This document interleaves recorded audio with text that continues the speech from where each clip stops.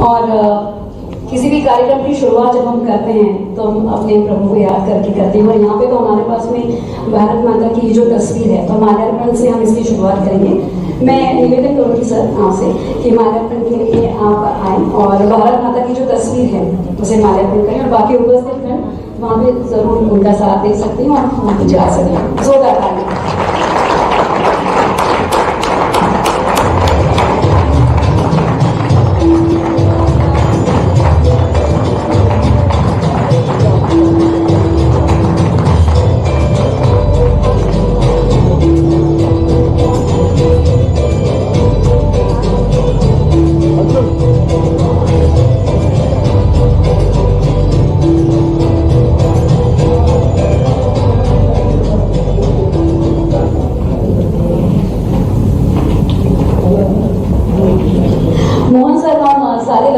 आपका बहुत देर से इंतजार कर रहे थे, धन्यवाद। आपका बहुत बहुत स्वागत है हमारे अपने लंदन शहर में। लंदन वासियों, क्या लग रहा है सर को देख के? मिलके एक बार फिर से तालियां हो जाए जोरदार से।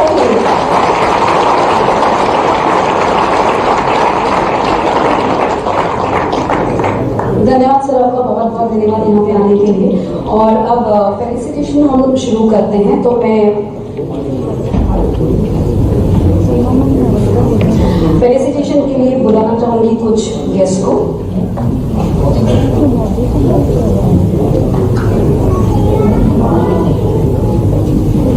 जी, स्वागत तो हमेशा होता है और किसी का स्वागत यहाँ पे हम करते हैं। सीएम सर का स्वागत करने वाले हैं हमारे अपने वीरेंद्र शर्मा जी। जी, तो अनफॉर्चुनेटली वीरेंद्र शर्मा जी अभी तक पहुंचे नहीं हैं, तो हमारे अपने मनीष, आप स्वागत करेंगे हमारे सीएम सर का। जोरदार तालियों से स्वागत करिए।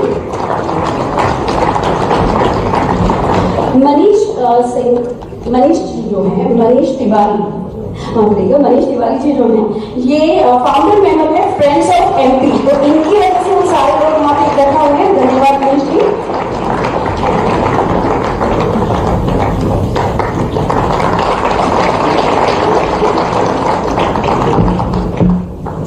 डॉक्टर राजेश राजोरा का स्वागत करेंगे श्री राजेश अग्रवाल जी। राजेश अग्रवाल जी भी इंदौर से बिलोंग करते हैं। ये एक्स डेप्यूटी मेयर रह चुके हैं फॉर बिजनेस लंदन से। मैं प्रार्थना करूंगी राजेश अग्रवाल जी से, राजेश राजोरा जी का स्वागत करें।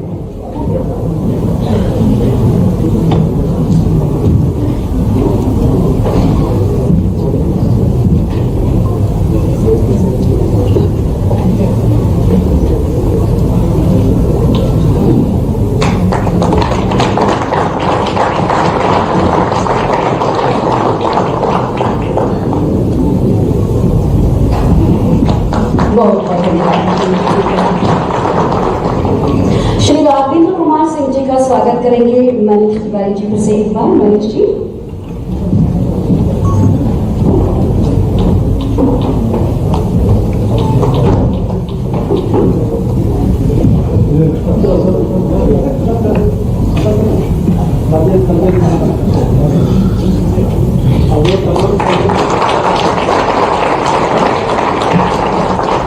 संजय दुबे सर का स्वागत कर रहे हैं मनीष जी। धन्यवाद। और स्टेज पे जो हमारे गणमान्य व्यक्ति यहाँ पे और जो उपस्थित हैं, आदित्य प्रताप सिंह, रोहित दीक्षित जी, आप सभी का मंच पे बहुत बहुत स्वागत।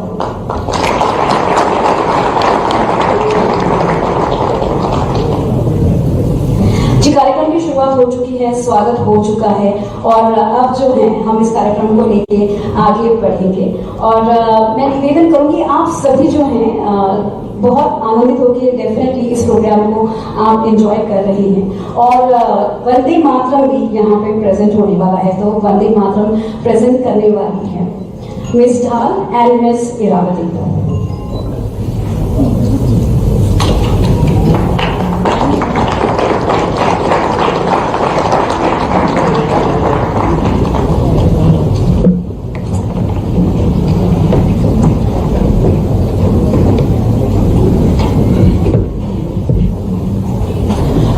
Hello and welcome everyone. CM ji का बहुत बहुत स्वागत अगेन एंड हमारा कोई भी कार्यक्रम, हम कहीं भी रहें, किसी भी देश में रहें, अपनी भारत माता से जुड़े हुए हैं। तो हमारा कोई भी कार्यक्रम वंदे मातरम और अपनी भारत माता को याद किए बिना शुरू नहीं हो सकता। So can we have the track please?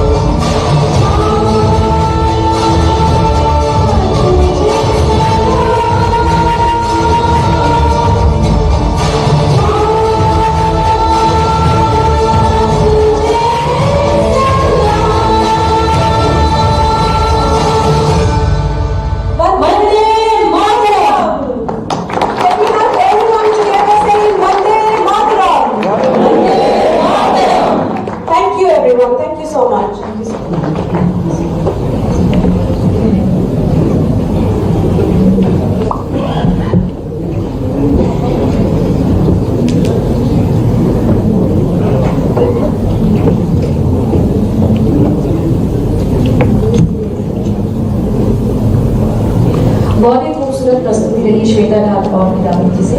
अब एक मध्य प्रदेश में एरिया हम आपको दिखाने वाले हैं, इसमें निवेश की कितनी संभावनाएं हैं ये आप सभी जान पाएंगे।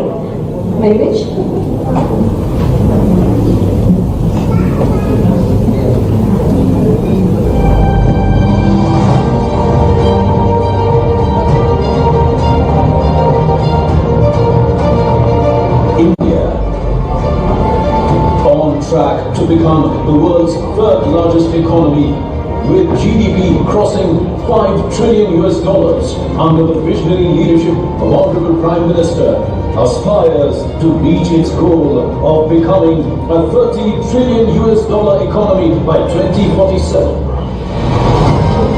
The state of Madhya Pradesh has taken a lead in fulfilling its bold vision of Vikasit Bharat by 2047, while also accomplishing Chief Minister's vision of Vikasit Madhya Pradesh. Madhya Pradesh is home to over 114 industrial parks, 7 smart cities and 14 proposed greenfield industrial areas. The state has a well-developed multimodal transportation system, including a robust road network of more than 5 lakh plus kilometers and enhanced air connectivity with 6 airports at Bhopal, Gwalior, Indore, Khajuraho, Jabalpur and Rewa, making it future ready.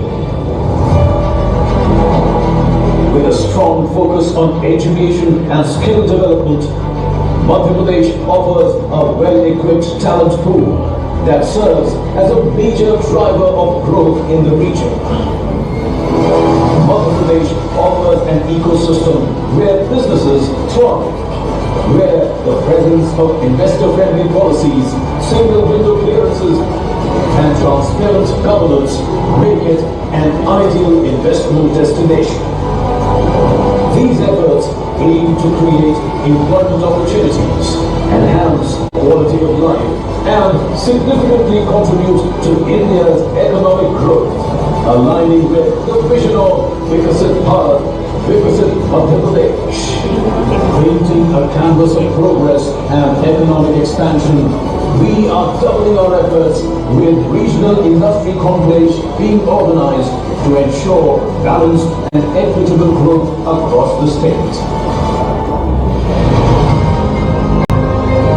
That's Madhya Pradesh, the future-ready state. Be a part of shaping the future.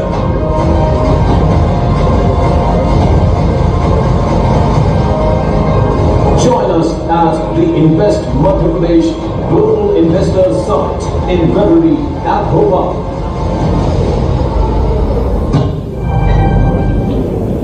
जोरदार तालियां जयकार। Investment के लिए कितनी opportunities हैं हमें इस clip के द्वारा पता चली। हम इंडिया डायस्पोरा के जितने भी यहाँ पे गणमान्य व्यक्ति उपस्थित हैं, सबसे प्रार्थना करेंगे कि जरूर मध्य प्रदेश में इन्वेस्ट करते चले। अब मैं श्री राजेश अग्रवाल जी से निवेदन करूंगी कि यहाँ पे आए और उपस्थित क्राउड को और सीएम सर को जरूर एड्रेस करें। राजेश अग्रवाल जी।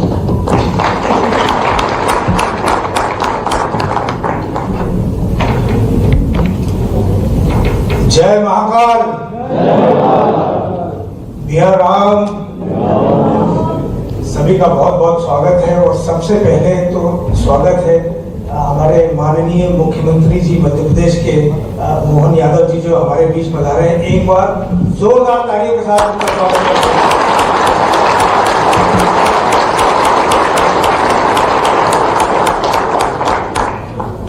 आप सभी के बीच एक बार फिर आके मुझे बहुत अच्छा लग रहा है। यहाँ पर मैं देख रहा हूँ कई लोगों से मुलाकात हुई। कार्यक्रम में आने से पहले लोग दूर दूर से आए हैं, लंदन के अलग अलग एरिया से आए हैं, लंदन के बाहर से लोग आए हैं। मैं जानना चाहता हूँ यहाँ कोई स्कॉटलैंड से है?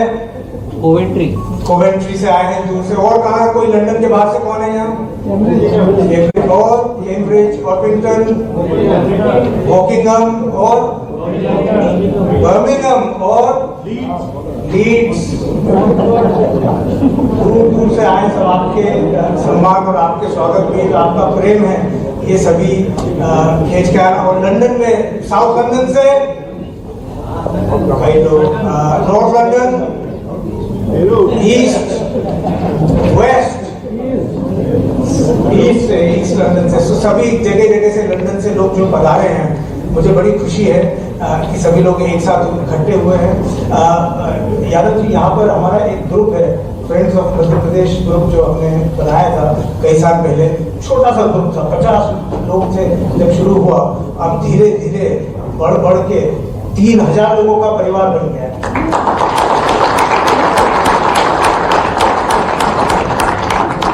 और यहाँ पे हम हमारे रोहित दीक्षित जी जो मंच पर साथी बैठे हैं, ये उसमें एक बहुत महत्वपूर्ण भूमिका निभाते हैं और सभी लोगों का जो प्रेम है वो एक साथ लेके आया। कभी कभी पोहे जलेबी की पार्टी होती है, कभी कभी दाल बाफले की पार्टी होती है। और अब बड़ी अच्छी बात है कि सब लोग मिलकर व्यापार, व्यवसाय और बिजनेस और स्टार्टअप्स की भी अब धीरे धीरे बात करने लगी। पर मध्य प्रदेश और इंदौर के लोगों को थोड़ी थोड़ी खाने से भी फुर्सत अब मिल रही है और अब व्यापार व्यवसाय की बात हो रही है, बड़ी अच्छी बात है। जो मुझे नहीं जानते हैं मैं उनको बताना चाहूँगा, मेरा नाम राजेश अग्रवाल है। मैं मूलतः इंदौर का निवासी हूँ। इंदौर के एक निम्न मध्यम वर्गीय परिवार से आता हूँ। सेंट पॉल स्कूल में मेरी पढ़ाई हुई। इंदौर से मैंने BBA किया, MBA किया, बॉम्बे में जॉब किया, लंदन में आया 2001 में। फिर यहाँ पर व्यापार व्यवसाय किया, कई सारी फिनटेक की कंपनीज शुरू की, काफ़ी सक्सेस मिली। फिर राजनीति में आया और पिछले 8 सालों से मैं लंदन का डिप्टी मेयर हूँ। यही कहना चाहूंगा कि सोना जब है आग में तपता तभी तो वो है कुंदन बनता, और संस्कार अगर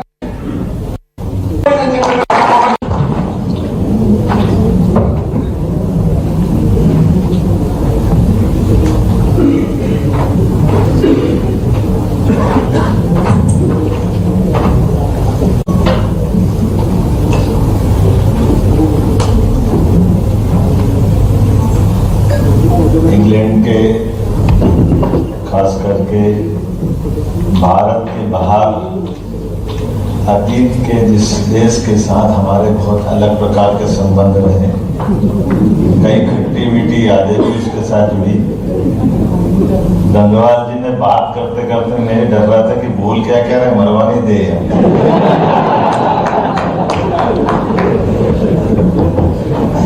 मैं पकड़ना चाह रहा था बात को, ये तो मेरे प्रदेश वाले, इनको तो कम से कम 6 से 8 पकड़ने, तो बाकी की जगह से तो बत्ती देना होगा।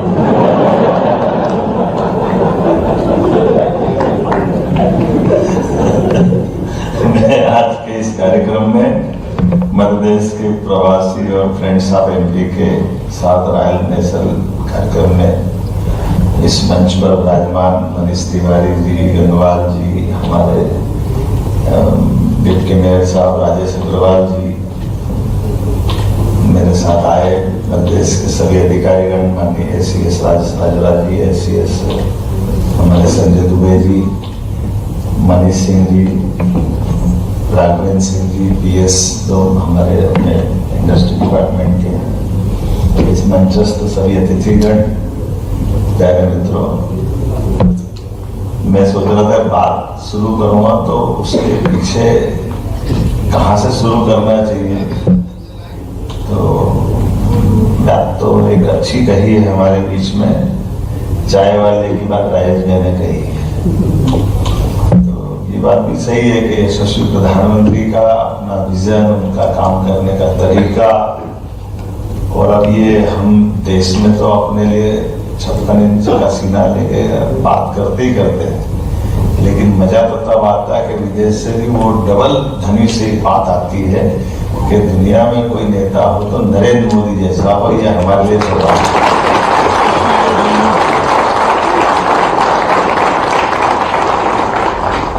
और लोकतंत्र के इस पावन मंदिर के नेता के नाते से दुनिया का सबसे बड़ा देश लोकतंत्र और उसके सबसे बड़ा नेता यशस्वी प्रधानमंत्री नरेंद्र मोदी, और उन्हीं के पद चिन्हों पे चलते हुए पूरा देश अब उनको फॉलो कर रहा है। कैसे कैसे चक्कर खा के गिर रहे हैं लोग, आप देखो, कोई हरियाणा में मिलता, कोई महाराष्ट्र में मिलता, समझ में नहीं आता। कोई टीवी पे समाचार देखते जूता फेंकता दिखता, कोई EVM मशीन तो गाली बदता निकलता है कि ये हो क्या रहा है। बात सीधी समझ में आती नहीं, मैं पल्ले ही नहीं पड़ रहा कि हो क्या रहा है। अब इनके भी क्या है, ये भी लोकतंत्र की ताकत है। लोकतंत्र की ताकत में इसके रिजल्ट भी बता देते हैं। आप मशीन को खराब बताए तो कश्मीर को भूल जाए, समझ में नहीं आती। हरियाणा पकड़ रहा है और कश्मीर हाथ से जा रहा है। अभी आप बताओ, झारखंड बीजेपी हार रही और महाराष्ट्र जीत रहे, तो ये कैसे हो सकता भाई उनके हिसाब से कि वो गलत है और ये सही है? बोले तो बोले, क्या बोले? अब जो अंदर है वो तो निकलेगा, वो भी क्या करे? एक अच्छी बात जरूर है, मैं क्योंकि मंच तो ऐसा नहीं है लेकिन बोल देता हूँ, जैसे जानकारी के लिए आप सबकी जानकारी में भी आई जाना चाहिए। यशस्वी प्रधानमंत्री भारत रत्न अटल बिहारी वाजपेयी जी की उदारता, उनका अपना काम करने का तरीका, उनकी व्यवस्थाओं के आधार पर देश में एक लोकतंत्र की बड़ी मिसाल बनी थी। एक ऐसे अपोजिशन के लीडर जो 50 साल तक लगातार कई पहले प्रधानमंत्री से लगा करके, जब तक माननीय अटल जी प्रधानमंत्री नहीं बने तब तक सबके सामने खम ठोकते हुए अपनी निष्ठा, ईमानदारी और प्रतिष्ठा के साथ अपनी पार्टी के 2 सदस्यों के साथ में भी वो सदन में थे, तो 100, 200, 300 सदस्य तक के साथ में भी वो पार्लियामेंट में रहे। तो ऐसी लोकतंत्र में अगाध निष्ठा रखने वाले, और क्या क्या नहीं सुनना, क्या क्या नहीं झेलना पड़ा उनको। लेकिन उन सारे कष्टों के बावजूद भी, तो मैं अभी हमारे मित्रों से गाड़ी में बात कर रहा था कि ये उनके समय भी गठबंधन की सरकार थी देश को आगे ले जाने के लिए, और उस समय भी लोकतंत्र के लिए ये जो अभी चुनौती इधर है वो चुनौती उधर थी। उस समय कांग्रेस का एक छत्र परचम लहराता था, कोई उनको चुनौती नहीं दे सकता था। तो जितने थे सब इकट्ठे होकर के निपटने के लिए अपना प्लेटफॉर्म माननीय अटल जी के साथ में बन करके आया। हम सब देखते हैं सारी बातों को, तो उधर एक एक करके वो सारे एंगल ध्यान में आते हैं। और संयोग ऐसा है कि अटल जी ने भी निभाया सबको। उनके मंत्रिमंडल के साथियों को देखो तो ऐसा लगता है कि सूरज चंद्र एक साथ कैसे रह सकते हैं। लेकिन आप उसमें सब माया भी देखो, ममता भी देखो, जयललिता भी देखो, नीतीश भी देखो, बाला साहब ठाकरे के, उद्धव तो नहीं थे, और प्रसाद पर्यंत मनोहर जी थे। सारे के सारे आकाशवाणी के पंचरंगी प्रोग्राम उसी में दिख रहे थे, और सबको लेके चलने की कुव्वत अगर किसी में थी तो स्वर्गीय भारत रत्न अटल बिहारी वाजपेयी जी में थी। अपने देश में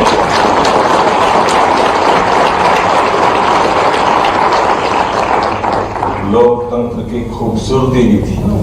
लोकतंत्र के अंदर 24 दलों को लेकर के चलने की क्षमता, और एक बार नहीं, 2 बार नहीं, 3 बार, बार लोकसभा के चुनाव हो रहे हैं, और कभी 13 दिन के लिए, कभी 13 महीने के लिए, कभी 5.25 साल के लिए प्रधानमंत्री बन के कोई निकल रहे थे तो अटल जी निकल रहे थे। लेकिन ये अलग बात थी कि वो चूंकि इतने दलों के साथ लेके चले और निकाल के ले आए, और देश भी, और देश तो क्या ये दुनिया के, आप हम सब बड़ी आशा उम्मीद के साथ भारत की तरफ लोग देख रहे थे। और अटल जी ने भी उस समय जो कर सकते थे, परमाणु बम का प्रयोग करके दिखाना, और वो भी अगर अंदर की बात बताएं जो अटल जी ने अपने शब्दों में कही थी कि उनको जब नरसिम्हा राव से चार्ज मिला, तो नरसिम्हा राव जी ने चार्ज देते समय चिट्ठी दी थी। वो चिट्ठी में लिखा था कि मैं अपने देश के साथ ये नहीं कर पाया, लेकिन आप करना। तो वो पत्र में क्या था, अटल जी ने बाद में घोषित किया था कि उसमें लिखा था कि परमाणु बम बनाने की क्षमता देश में है, लेकिन ये वर्तमान की राजनीतिक दुरावस्था कहिए कि कांग्रेस के तत्कालीन नेतृत्व ने उनको वो छूट नहीं दी। ये लोकतंत्र का बहुत खराब पक्ष है जो नरसिम्हा राव जी के सामने हुआ, और वो भी खराब पक्ष हमने बाद में देखा, जिसकी मैं थोड़ी देर बाद बात करूंगा। पर अटल जी ने जिनको सबको लेकर के न केवल परमाणु बम को विस्फोट करके देश की ताकत को दुनिया के सामने स्थापित करके दिखाया कि हमारे लोकतंत्र की ताकत क्या है और देश की आवश्यकता क्या है, हम सबके लिए गौरव की बात थी। गर्व की बात थी, ये सौभाग्य की बात थी। और वहां आपकी ताकत भी सबकी समझ में आई थी जब आप सबकी मदद के माध्यम से कई सारे प्रतिबंध देश ने झेले। विस्फोट तो होना था जो हुआ, वो विस्फोट भी अटल जी पे कम थोड़ी मान रही है, फोड़े तो फोड़े, दूसरा फोड़े, तीसरा फोड़े, अब नहीं फोड़ सकते। अमेरिका बोल रहा था फिर एक फोड़ दे चोर, फिर आप तो बिल्कुल नहीं फोड़ना चाहिए, फिर 5वां फोड़। ये भी बड़ा हर एक बम जैसे चुनौती देते दिख रहा था और हुआ सबके सामने। लेकिन ये लोकतंत्र की ताकत थी। और उसके बाद का दौर हम सब जानते हैं कि वो अटल जी के बाद का दौर आया मनमोहन सिंह जी, वो भी बहुत विद्वान थे, बहुत समझदार थे, बहुत पढ़े लिखे थे। उनकी अपनी फाइनेंस में गवर्नर की, वित्त मंत्री की कई सारी उपलब्धियां थी जब उनने काम की। कई नए सुधार भी माननीय मनमोहन सिंह जी ने लागू किए। अब ये अलग बात है कि पता नहीं क्या होता, कभी कभी फॉरेन की डिग्री बहुत काम आती, पर फॉरेन की डिग्री में भारतीय डिग्री भारी पड़ जाती है। ये आप सबसे सिखाते हैं, आप जो कितने जाते यहाँ के आपके लोग तो, मैं तो आपसे कह के हट जाऊंगा, लेकिन आप तो रोज महसूस करते हो। लोग कहते हैं खुद दिमाग यूरोप किस, मैं तो समझ नहीं पाता दिमाग किस में, पता ही नहीं चलता। बैंक बैलेंस बताता किसका क्या हो रहा है। बदलते दौर में राजेंद्र भैया ने किया, मैं कैसे कष्ट से आया मैं जानता कि 8 साल से हटी नहीं रही, लगातार चल रहे तो दिमाग किस में पता ही नहीं चल गया। हमारे अपनी क्षमता योग्यता के बलबूते हुए 7 समंदर पार से मैं आपको धन्यवाद देता, बधाई भी देता। कोई बात नहीं, आप तो टिके रहो, भले 20 साल और टिके रहो, कोई बात नहीं। हमारा आदमी इस काम को पुलिस चला रहा है, क्या चाहिए, होना चाहिए कि नहीं होना चाहिए। अपने पदों पे आकर के पद को सार्थक करना ये मामूली बात नहीं होती, क्षमता योग्यता से होती है। लेकिन मैं जो बात कहना चाह रहा था वो ये कि वो महत्व की बात है जो अपने सबके लिए समझने वाली। माननीय नरेंद्र मोदी जी ने जो सबसे बड़ा काम किया, जिसके कारण से मैं अपनी बात पे आऊंगा, नरेंद्र मोदी जी ने वित्त मंत्री जैसे प्रधानमंत्री बन गए माननीय मनमोहन सिंह, उनने तो सारे फाइनेंस के जानकार होने के बाद तो जो कांग्रेस के पूर्ववर्ती प्रधानमंत्री स्वर्गीय राजीव गांधी कहते थे कि मैं इस देश से 1 रुपया भेजता हूँ, नीचे 15 पहुंचते। उनको दर्द था इस बात, उनको बीमारी तो मालूम पड़ गई, लेकिन बीमारी की दवाई नहीं कर पाए, इलाज नहीं कर पाए। उनके दल की सरकार चलती थी, लेकिन चाय वाले ने इलाज कर दिया। नरेंद्र मोदी जी ने डीबीटी के माध्यम से डायरेक्ट बेनिफिट जो पहुंचाया नीचे तक, ये अपना इस दौर का, बदलते दौर का ये यश आज हमारे अपने देश के अंदर ये जो लागू हुआ है, ये कई देशों के लिए उल्लेखनीय और बड़ा अलग प्रकार का है। यहाँ से अपनी बात चालू होती है कि अब बदलते दौर का, एक चाय वाले को मालूम था कि बिना पैसे का भी खाता खुलता है।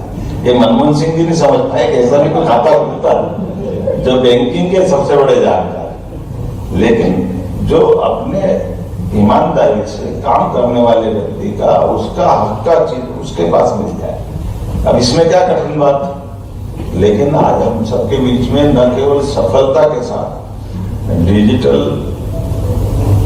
खातों का उपयोग करते हैं पूरे देश के अंदर पारदर्शिता के आधार पर, और ये मैं केवल उनकी नहीं, जो छोटे छोटे हमारे निवासी उनको लाभ दिला रहे हैं, अब ये नीचे तक बाकी व्यवस्थाओं पे भी लागू हो गया।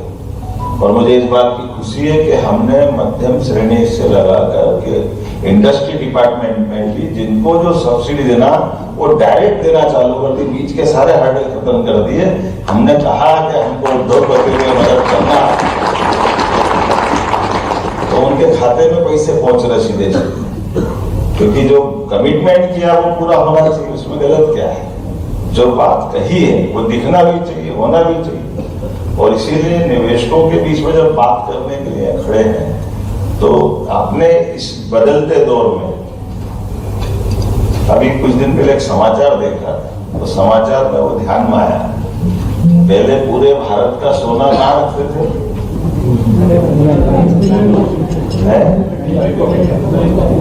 हाँ, कितने टन था 300। अरे मनीष जी कहाँ कर रहे हैं, 726 टन था 2014 के पहले। और हमारे पास में भारत के अंदर माननीय मोदी जी की सरकार रहते रहते 100 टन बढ़ गया, क्योंकि अपनी नैतिकता और ईमानदारी भी। और उसके बदले हमारे पास उस समय केवल 100 टन बुलाने का निर्णय हुआ, अब 839 टन हो गया। लेकिन 839 टन होने के बाद में मोदी जी की सरकार ने आके अपनी सारी व्यवस्थाओं का संचालन करते थे। आज की स्थिति में केवल अब 300 टन इंग्लैंड में रह गया, बाकी 500 हम अपने घर ले गए।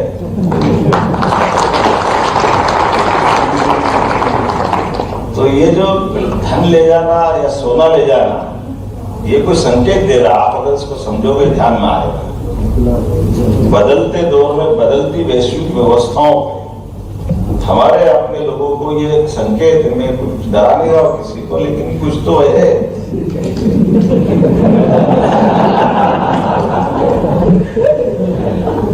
इनके पास माल रखना चाहिए, ये भी समझ में आने वाली बात है। बाद में मिलने की गारंटी भी चाहिए, नहीं तो हम मालूम पड़ा 1600 के 1600 के 1800 2000 समझ में आए। लेकिन कोई भी आदमी अपना घर बार छोड़ करके अगर यहाँ आया है तो अपने व्यापार व्यवसाय को बढ़ाने तो आया ही ना। प्रवासी आया तो क्या के लिए आया है? हमारे काम को, हमारी मेहनत की धनराशि को सहेजने के लिए, संभालने के लिए, भविष्य की हमारी चुनौतियों के लिए, आने वाली पीढ़ी के लिए मेहनत कर रहे हैं। अपना घर कौन छोड़ता है? कोई ऐसे छोड़ता है? लेकिन अगर अपना घर छोड़ रहा है तो घर छोड़ने में ये गारंटी भी तो रख रहा है कि मेरे अपने द्वारा किए गए काम का प्रतिफल भी मेरे को मिलना चाहिए कि नहीं मिलना चाहिए। तो मैं दान धर्म करने तो नहीं आया लंदन, और आए भी हो तो दान धर्म भी इच्छा से करो ना, लुटाने के लिए थोड़ी करो। दान के समय देने का भाव, हमारा हाथ ऐसे होना चाहिए, ऐसे नहीं हो जाए, नहीं तो जेब कट गई तो ऐसे हो जाए। तो इसमें उसमें बहुत फर्क है। तो मैं आज के दौर में खास करके सरकार के माध्यम से जो काम अपन ने कर रहे हैं, उन व्यवस्थाओं में यशस्वी प्रधानमंत्री के नेतृत्व में सभी सरकारें काम कर रही हैं, और सभी सरकारें डबल इंजन की सरकार के नाते से काम कर रही हैं। और हमारे लिए, मुझे इस बात की प्रसन्नता है कि अपने विभाग ने, हर एक विभाग ने, अभी यहाँ जितने हमारे SCS आएगी तो आई, अभी आपको लघु फिल्म दिखाई होगी। प्रत्येक क्षेत्र में हमने अपने इंफ्रास्ट्रक्चर पे काम किया कि हर नीचे से नीचे तक, गांव से गांव तक सड़कें बनाई, बिजली की पर्याप्त पूर्ति करनी। लैंड में अब छोटे छोटे मसले, जैसे उदाहरण के लिए हमारे अपने टेक्सटाइल के, यहाँ अभी आपके साथ बैठे होंगे, कौन बैठे? प्रतिभा सिंटेक्स, जरा हमारे शिरीष चौधरी जी खड़े हो जाए। आप में से कोई गारमेंट्स का काम करता हो तो मैं बताना चाहूँ, वो गया जमाना जब कपास हमारा कोई ले जाते थे, हम केवल कपास का उत्पादन करते थे। ये मूलतः गुजरात के हैं, है ना सुरेश जी? अभी उज्जैन में ये 4 महीने पहले एक फैक्ट्री का लोकार्पण कराया मेरे अपने क्षेत्र में।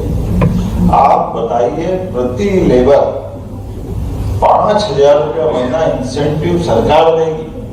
कपड़ा ये बनाएंगे, बेचेंगे, ये लाभ ये कमाएंगे, लेकिन रोजगार परक उद्योग है। इसलिए सरकार इनकी फैक्ट्री में काम करने वाले लेबर का बाकी का पैसा ये देंगे, लेकिन 5000 रुपया 10 साल तक हम कमिटमेंट करके दे रहे हैं।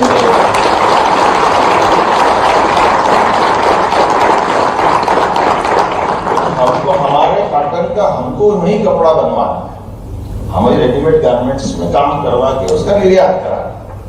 और ये एक नहीं, ऐसे अभी बेस्ट इंटरप्राइजेस वाले का वो भी है ना अपने बीच में, तमिलनाडु से आते, वो उधर का लास्ट में था। इन्होंने भी एक बंद पड़ी अपनी सोयाबीन प्लांट, उस बंद पड़ी सोयाबीन प्लांट में 4000 का कारखाना इनने भी लगाया। और केवल ये नहीं, गोकुलदास वाले होंगे यहाँ, अभी भोपाल, इंदौर, उज्जैन, लगातार हर जगह। और केवल ये नहीं, ऐसे दूसरे सेक्टर में, IT के सेक्टर में हमारे ऐसे सभी कल आपको बताएंगे अलग से, हमारे टूरिज्म का सेक्टर, आप अपनी टूरिज्म की लैंड बैंक हम सबको बता रहे हैं, और टूरिज्म के माध्यम से भी आप इन्वेस्टमेंट करिए, टूरिज्म के माध्यम से भी हम अलग अलग प्रकार की सब सुविधा दे रहे हैं। कौन सा वो क्षेत्र है जिसमें बिजली, पानी, सड़क, भूमि, टैक्स की छूट, सब प्रकार की छूट देते हैं, क्योंकि कुल मिलाकर के बदलते दौर में हमारे अपने मध्य प्रदेश के अंदर जो अभी उद्योग व्यापार के लिए अनुकूलता बन गई, दिन दूनी रात चौगुनी, तो इसीलिए हमने पद्धति चालू की कि पहले केवल इंदौर में इन्वेस्टमेंट होता था, अभी इंदौर तो अपना है ही, कि इंदौर के मेरे मित्र में अब क्या हुआ कि मैंने अलग अलग सबके प्रभार बांटे, तो प्रभार बांटे सब जिलों को अलग अलग दिया, और इंदौर को मैंने अपने पास रख लिया। लोग कह रहे मेरे को प्रभारी मंत्री, मैंने प्रभारी नहीं हुई, मेरे मकान में 5 कमरे किराया दे रहे, 4 में रह गया, 1 बच गया तो मैं किराएदार थोड़ी हो गया।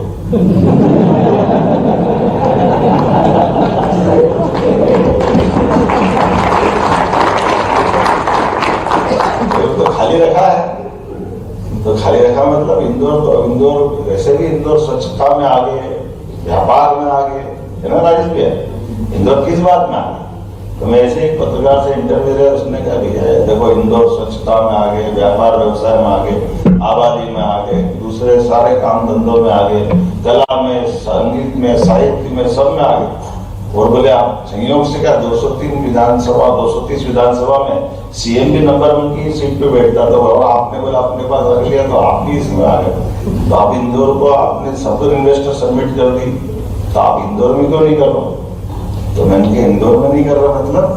बोले इंदौर सब में आ गए। तो मैंने कहा मेरे को मालूम, इसलिए तो सबको इंदौर बनाना, हमको क्या तकलीफ है? बोले मध्य प्रदेश को इंदौर बनाना, इंदौर भी मध्य प्रदेश में तो है, तो इंदौर के साथ बाकी चीजों में भी सब क्षेत्रों में चले, इसलिए हमने सभी संभाग केंद्रों पर अपने में से ग्वालियर वाले कौन है हाथ खड़े करना। अब आप बताओ ग्वालियर के अंदर कोई इन्वेस्टर सबमिट करता था क्या? तो ग्वालियर में भी भाषण दिया, ग्वालियर वाले तो बागी बंदूक आए और वहां की वजह भी ऐसे थे कि पंडित जी का किसी से कोई बागी से झगड़ा हो गया, बागी आएगा, डकैत आएगा, लड़ाई करने, झगड़ा करने, तो संस्कार ऐसे कि पंडित जी पाए लाओ और बंदूक पहले प्रणाम करेगा फिर गोली मारेगा। लेकिन आज बदलते दौर में ग्वालियर भी बहुत बदल गया, ग्वालियर में एयरपोर्ट बहुत बढ़िया बन गया, ग्वालियर में जबरदस्त इन्वेस्टमेंट है। ग्वालियर क्या सागर वाले कौन बताओ? सागर में तो इन्वेस्टमेंट समझ बताओ कितना जबरदस्त रिस्पॉन्स। रीवा, जबलपुर, सागर सब संभाग के अंदर, अभी नर्मदापुरम, होशंगाबाद, इंदौर का बिल्कुल, उज्जैन का बिल्कुल गिनती में नहीं आएगा, छोटा सा। लेकिन हमने तो शुरुआत में कितनी जमीन रखी थी अरविंद जी? 200-250 हेक्टेयर रखी थी, 225 खरीद, हमको लगे ये बहुत हो जाएगी। तो उसके पिछली कैबिनेट में जब रखी तो डिमांड ऐसी है तो फिर डबल कर दी, 500 कर दी, और अभी 7 तारीख को हमारी अभी तक इन्वेस्टमेंट सबमिट होने वाली नहीं, वापस 500 हेक्टेयर फिर रखना पड़ी, जहाँ हमारी अभी मीटिंग नहीं हो रही, उसके पहले 1000 हेक्टेयर की जमीन की डिमांड आई। ये जो बदलते होगा ये कॉन्फिडेंस दिखा है, और कोई भी आ रहा है किसी भी सेक्टर का, अपने आप बताओ ये बदलते दौर में मैं कुछ बातें बताऊंगा। जैसे उदाहरण के लिए मेडिकल डिवाइस पार्क, अब हमारा मेडिकल डिवाइस पार्क यशस्वी प्रधानमंत्री को धन्यवाद, 4 मेडिकल डिवाइस पार्क बने, उसमें से उज्जैन विक्रम उद्योगपुरी का मेडिकल डिवाइस पार्क सबसे बड़ा था, लेकिन 900 हेक्टेयर का भी वो भी खत्म हो गया, फिर 900 का नया बनाना पड़ रहा है। ये अपना बदलते दौर का है उज्जैन, बदलते दौर का प्रदेश। और केवल वहां नहीं, मेडिकल कॉलेज 2003 तक कुल 5 थे हमारे पास, 5 मेडिकल कॉलेज 55 साल में, 1956 में मध्य प्रदेश बना, 2003-4 तक केवल 5 मेडिकल कॉलेज। 20 साल में अभी अपने पास 17, मतलब 3 तो मैंने अभी अपने समय चालू कर दी सरकारी, और 12 नए बने, 8 पाइपलाइन, 13 प्राइवेट, तो 30 मेडिकल कॉलेज हुए। लेकिन ये 20 साल में, अभी हमने 14 के टेंडर 1 साल में लगा रहा है, ये अपने 50 मेडिकल कॉलेज जो है 1 साल के अंदर, ये अपना बदलता 55 प्राइवेट यूनिवर्सिटियां बन गई, 55 एक्सपीरियंस कॉलेज, सभी तो नई शिक्षा नीति के बलबूते पर। माइनिंग के अंदर भारत सरकार ने सबसे पहला पुरस्कार कर दिया, इतनी पारदर्शिता से सभी माइनिंग की खदानों का नीलामीकरण किया, और इतना ही नहीं, सभी प्रकार के सेक्टर। और भगवान इसकी जैसी नियत वैसी बरकत भी देता है। अब ये पन्ना में बाकी मिले तो मिले, लेकिन अब ये सोना भी मिल रहा है, 2-2 माइनिंग के खजाने मिल गए मध्य प्रदेश के। अब हम तो कभी कल्पना नहीं करते, कोयला ही मिलता था, बहुत सारा सीमेंट के पत्थर मिलते थे, लेकिन अब सोना भी मिल रहा है। और वो नहीं, जिधर जो निकालना चाहो, ये जबरदस्त रूप से चारों तरफ से अनुकूलता आ रही। टूरिज्म का सेक्टर अभी आपने देखा, वो मेरे को लगा जैसे कूदता ऊपर से, ऐसा लगता है कि देखना भैया बचाव देना है, ऊंचा नीचे नहीं हो जाए। लेकिन वाकई में टूरिज्म के सेक्टर में सभी प्रकार की इतनी संभावना है। हमारे लिए हमने कहा टूरिज्म का भी सभी, अब उसमें मेडिकल टूरिज्म भी आ रहा है। अब मेडिकल टूरिज्म भी अपने आप में बड़ी बात है, लेकिन हमारा भंडारी जी इंदौर में अरविंदो मेडिकल कॉलेज यूनिवर्सिटी में बनेगी, 55 प्राइवेट यूनिवर्सिटी बनेगी, उसमें से भंडारी जी की। अब मुझे नहीं मालूम कि यहाँ छोटे मोटे ऑपरेशन वगैरह में क्या चल, इंश्योरेंस कंपनी लंबा टाइम लेती है, जल्दी इलाज नहीं करती, क्या चक्कर है?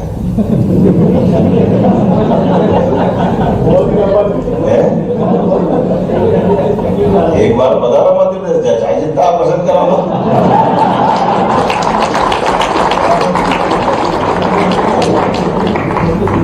आप है ना, और बिल भी आधा बनेगा, 1/4 देखो आने जाने का खर्चा, महाकाल के भगवान के दर्शन अलग, दर्शनार्थी करा के भेजेंगे, इंदौर के पॉइजन नहीं खिलाएंगे। तो बदलते दौर में कितनी सारी चीजें बदल रही हर जगह।